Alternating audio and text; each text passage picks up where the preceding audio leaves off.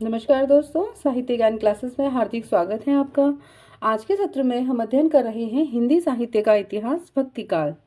भक्तिकाल में सगुण काव्यधारा कृष्ण भक्ति शाखा के अंतर्गत गौड़ीय संप्रदाय के प्रमुख कवि एवं उनकी रचनाएं, सखी संप्रदाय जिसे हरिदासी संप्रदाय भी कहा जाता है, उनके प्रमुख कवि, उनकी रचनाएं, सखी संप्रदाय और गौड़ीय संप्रदाय से प्रमुख तथ्य, उन सभी का हम आज के सत्र में अध्ययन करेंगे।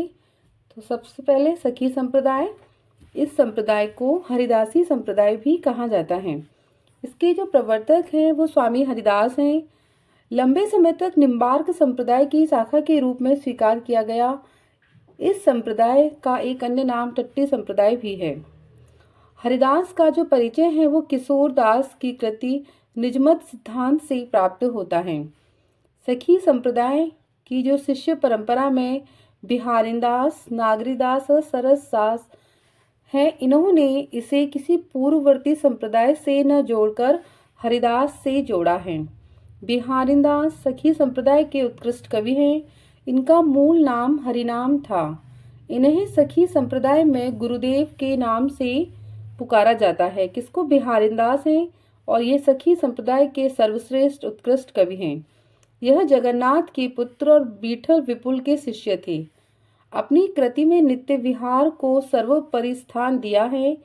नाभादास ने बीठल विपुल को राम सागर की उपाधि भी दी है। नागरीदास हैं, वो बिहारीन दास के शिष्य थे। इनके फुटकल पदों में 42 चौबोले, 39 कवित्त और 20 साखियां तथा 70 पद हैं। सभी मिलाकर सरसदास नागरीदास के छोटे भाई थे। अष्टाचार्य की वाणी में उनके 66 छंद प्राप्त होते हैं। सखी संप्रदाय का जो उपास्य तत्व है वो प्रेम तत्व है। क्या है? प्रेम है। यह प्रेम है और वह राधा व हरि कृष्ण इन दोनों रूपों में नित्य प्रकटित होता है। प्रेम का तीसरा रूप है वह सखी जन का है, जो प्रेम लीला और प्रायोजिका व भोक्ता भी हैं। रसोपासना के कारण स्वामी हरिदास की छाप रसिक हो गई थी।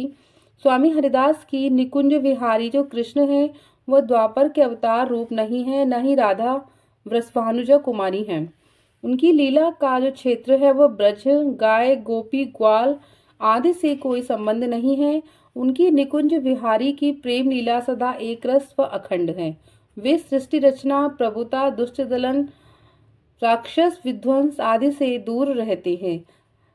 तो वो क्या करते हैं? उनके जो भगवान श्री कृष्ण की बात नहीं की है यहाँ पर, वह सदा अखंड प्रेम तत्व की बात की है। राधा कृष्ण की निकुंज केली की सखी भाव से उपासना की जाती है इस संप्रदाय में, और इस संप्रदाय के भक्त कवि कुंज द्वार पर खड़े होकर राधा कृष्ण केली का दर्शन करते हैं। जो हरिदास महान संगीतज्ञ थे, हरिदास थे वो कौन थे? महान संगीतज्ञ थे, और तानसेन उनके शिष्य थे। पदों में केवल संयुक्त श्रृंगार है, संयोग श्रृंगार है, शैली वार्तालाप की है। सिद्धांत के पद एक रचना है। इस रचना में प्रेम और रूप सिद्धांत, रूप और प्रेम का सिद्धांत है। केलीमाला एक जो रचना है, इस रचना में 110 पदों में श्याम कुंज विहारी की लीलाओं का वर्णन किया गया है। सखी संप्रदाय के प्रमुख कवि हैं और उनकी रचनाएं कौन सी हैं? स्वामी हरिदास, इनकी रचना है सिद्धांत के पद और केलीमाल। जगन्नाथ गोस्वामी लिखते हैं अनन्य सेवा निधि और स्फुट पद। बीठल विपुल के हैं केवल 40 पद। बिहारिन दास जी बिहारिन दास की वाणी के नाम से रचना करते हैं, शीर्षक है इनकी रचना का।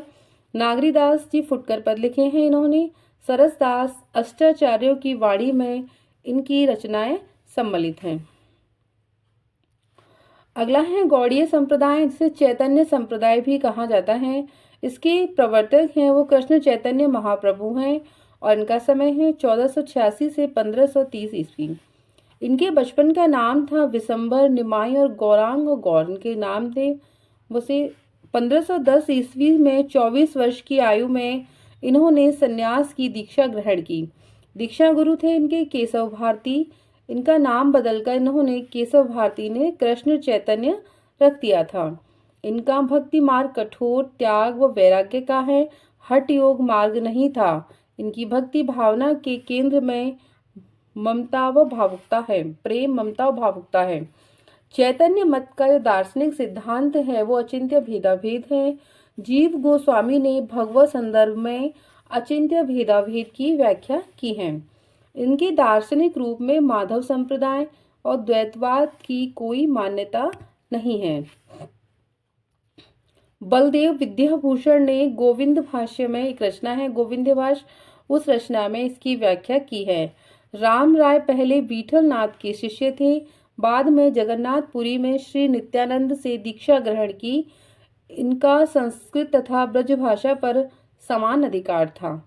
राम राय ने गौर विनोदिनी रचना है नामक व्रत पर पूरी ब्रह्मसूत्र लिखी तथा गीता पर गौर भाष्य, स्तव पंचकम और गीत गोविंद तत्व दीपिका का प्रणयन किया है।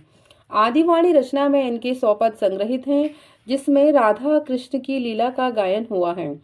मदन मोहन सूरदास और ये अकबर के दीवान थे और सांगली में नियुक्त थे। बाबा कृष्णदास ने सुहृदय बानी शीर्षक से 105 पदों का संग्रह किया है। गदाधर भट्ट हैं और उन्होंने भागवत के अद्वितीय वक्ता थे। भागवत के उनके गुरु रघुनाथ भट्ट गोस्वामी थे।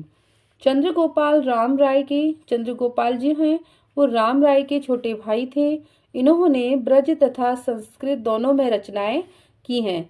संस्कृत रचनाएं हैं इनकी श्री राधा माधव भाष्य, गायत्री भाष्य, श्री राधा माधवाष्टक। तो ये सभी रचनाएं इनकी संस्कृत भाषा में लिखित हैं। हित 84 से प्रेरणा लेकर इन्होंने चंद्र 84 नाम से रचना लिखी।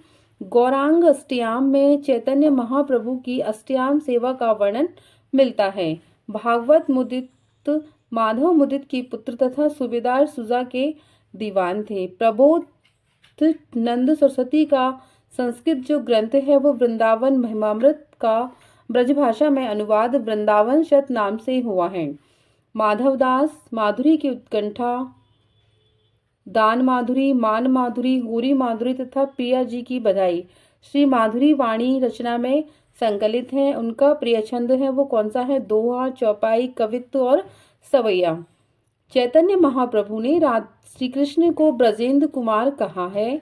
वह माना है कि ब्रज में गोलोक की लीलाओं सहित विहार करते हैं। वे परम तत्व, पूर्ण ज्ञान और पूर्ण आनंद हैं। श्री कृष्ण की शक्तियां अनंत हैं तथा उनमें एक जो परम शक्ति है वो राधा है। राधा इसी शक्ति का रूप है।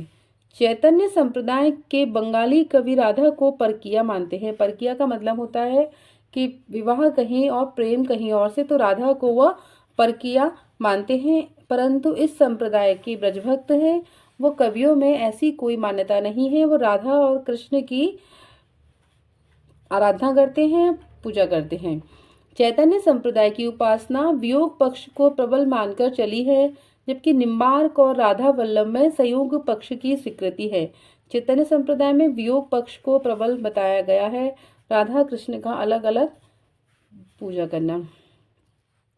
सठ गोस्वामी जिनका समय है 15वीं से 16वीं सदी में आशय 6 गोस्वामी से है, यानी 6 गोस्वामी से जो वैष्णव भक्त, कवि व प्रचारक थे। विष्णु भगवान के अनन्य भक्त थे, कवि थे और प्रचारक थे। उन्होंने चैतन्य महाप्रभु संवत 1572 में वृंदावन पधारे। ब्रज की यात्रा के बाद उन्होंने अपने 6 अनुयायियों, 6 शिष्य थे उनके, 6 अनुयायियों को भक्ति के प्रचार प्रसार के लिए वृंदावन भेजा। और 6 गोस्वामी, 6 भक्त, 6 अनुयायी कौन से थे? रूप गोस्वामी, सनातन गोस्वामी, जीव गोस्वामी, रघुनाथ भट्ट गोस्वामी, गोपाल भट्ट गोस्वामी, रघुनाथ दास, जिसे प्रथम रघुनाथ दास, इनमें रूप गोस्वामी, सनातन और जीव ये प्रमुख हैं इस संप्रदाय में। गौड़ीय संप्रदाय के प्रमुख कवि एवं उनकी रचनाएं। राम राय जी लिखते हैं आदिवाणी गीत गोविंद भाषा। सूरदास मनमोहन की रचना है सुहृदय बानी बाबा कृष्णदास में संकलित है। गदाधर भट्ट की रचना है फुटकर पद लिखे हैं इन्होंने।